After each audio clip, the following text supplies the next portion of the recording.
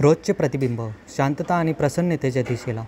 जेव्हा आपण यातील काही स्वभावदोषांकडे प्रामाणिकपणे पाहतो, दुसऱ्या व्यक्तीबरोबर त्याविषयी चर्चा करतो आणि ते दोष आपल्या स्वभावातून काढून टाकायला तयार होतो, तेव्हा विनम्रते विषयाच्या आपल्या विचाराला अधिक व्यापक अर्थ प्राप्त होण्यास सुरुवात होते.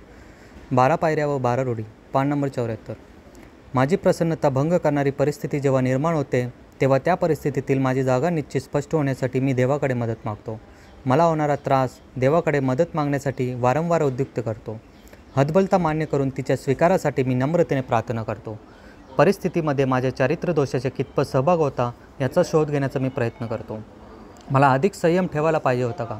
मी असहिष्णू होतो का? मी स्वतःच्याच कल्पनेबाबत आग्रही होतो काय? मी घाबरलेलो होतो का?